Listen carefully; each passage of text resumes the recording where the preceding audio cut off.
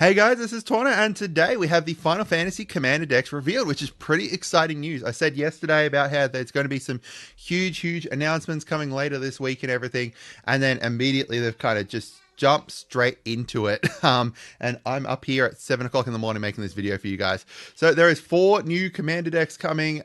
These were all revealed on IGN, and God, I hate this website, so I hope you guys appreciate the fact that I've gone and got this information for you because their website just kept crashing and the freaking ads everywhere. It was awful. It's nice to see them. They are representing more than just Final Fantasy VII. Each deck is going to be built around a certain game, and we've got like a wide variety of games here too, which is really cool. The decks consist of both heroes and villains too, which is really good. And there's all 4 of them are going to have a regular version and a collector's edition, and that regular version is going to be 70 MSRP, and that collector's edition is 150. And you could clearly see the huge kind of markup here because of the fact that these are universes beyond. Yeah, it's pretty crazy. I also find interesting that the face commanders don't have borderless versions like they've been doing for every other deck lately. So I guess that's going to be what they do for universes beyond products.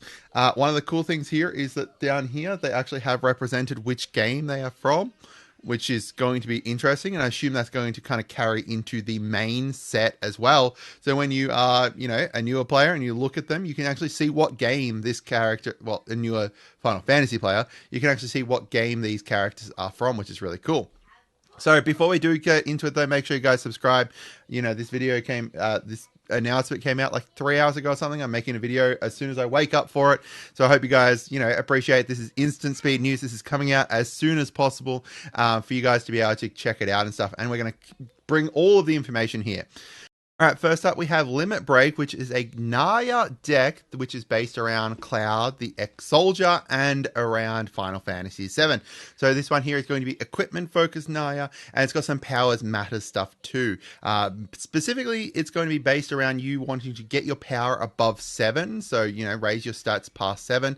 So you've got that kind of white, red, Boros kind of equipment stuff with the green powers matters. There's going to be cards in here that reference the planet and the life stream, and they're also aiming for the original Final Fantasy VII, so, the original PS1 version of it, but using that kind of modern day aesthetic from Remake and Rebirth, so that way, you've got that brand fidelity across all of it, and, you've got the kind of really nice versions that they've kind of redesigned up until now.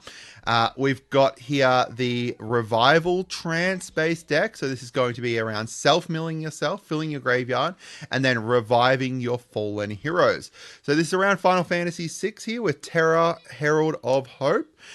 She is going to have it mostly kind of based around the latter half of the game, apparently, where you're rebooting your party in the world of ruin. And then you've got Mardu kind of graveyard reanimator and self-mill. So she is at the beginning of combat on your turn, mill 2 cards, Terra gains flying, and then also whenever she deals combat damage to a player, you're going to pay 2. When you do, return a creature card with power 3 or less from the graveyard to the battlefield tab. I don't think I said what Cloud does. He just has haste. When he enters, attach equipment to him, and then whenever he attacks, draw a card for each equipped attacking creature you control. Then, if he has power 7 or greater, create 2 treasures. All right.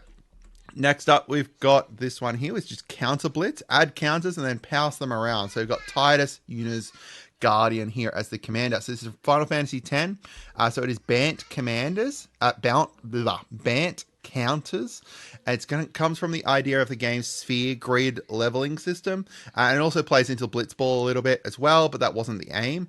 So Titus here has, at the beginning of combat on your turn, you may move a counter from one target creature you control onto a second target creature you control. Then, whenever one or more creatures you control with counters on them deal combat damage to a player, you may draw a card and proliferate. Do this only once each turn. So I do like that they've got that do this only once per turn part, because that obviously prevents you from dealing, combat damage to 4 different players, and then, 3 different players, and then proliferating 3 times from it. And then this part here around kind of moving the stuff around. They've also got like the more kind of Japanese art, it looks like the more kind of classic art. Whoever did this it's really cool. I really like that one. Yeah, the kind of like manga style art for it. All right.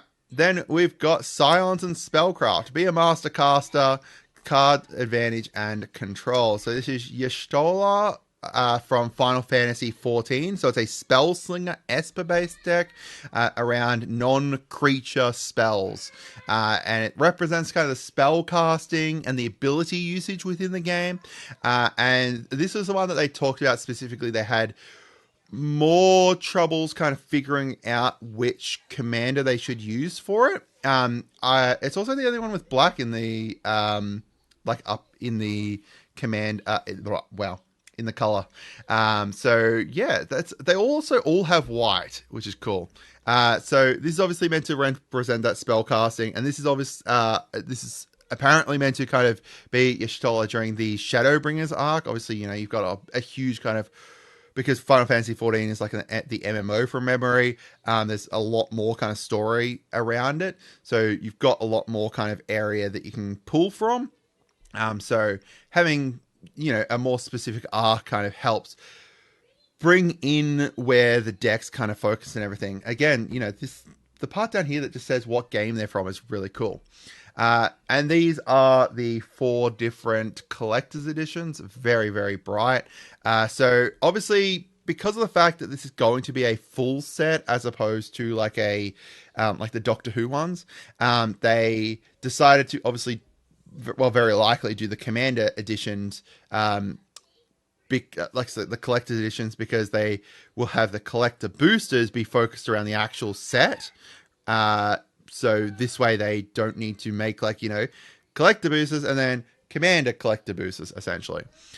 So yeah, this is really cool. I think out of all of them, I think Titus looks the most interesting, or Terra. I don't think Cloud looks necessarily interesting, but I assume that's the one that's going to go the fastest because, you know, everyone loves Final Fantasy 17, but yeah, who knows? Which one do you guys like the most? I think that they're really all super cool, though. I'm pretty happy with all of them. I think Y'shtola is probably the one that I'm going to pick up because I don't really have a Spellslinger deck. Who knows? I hope you guys had a great day, and goodbye.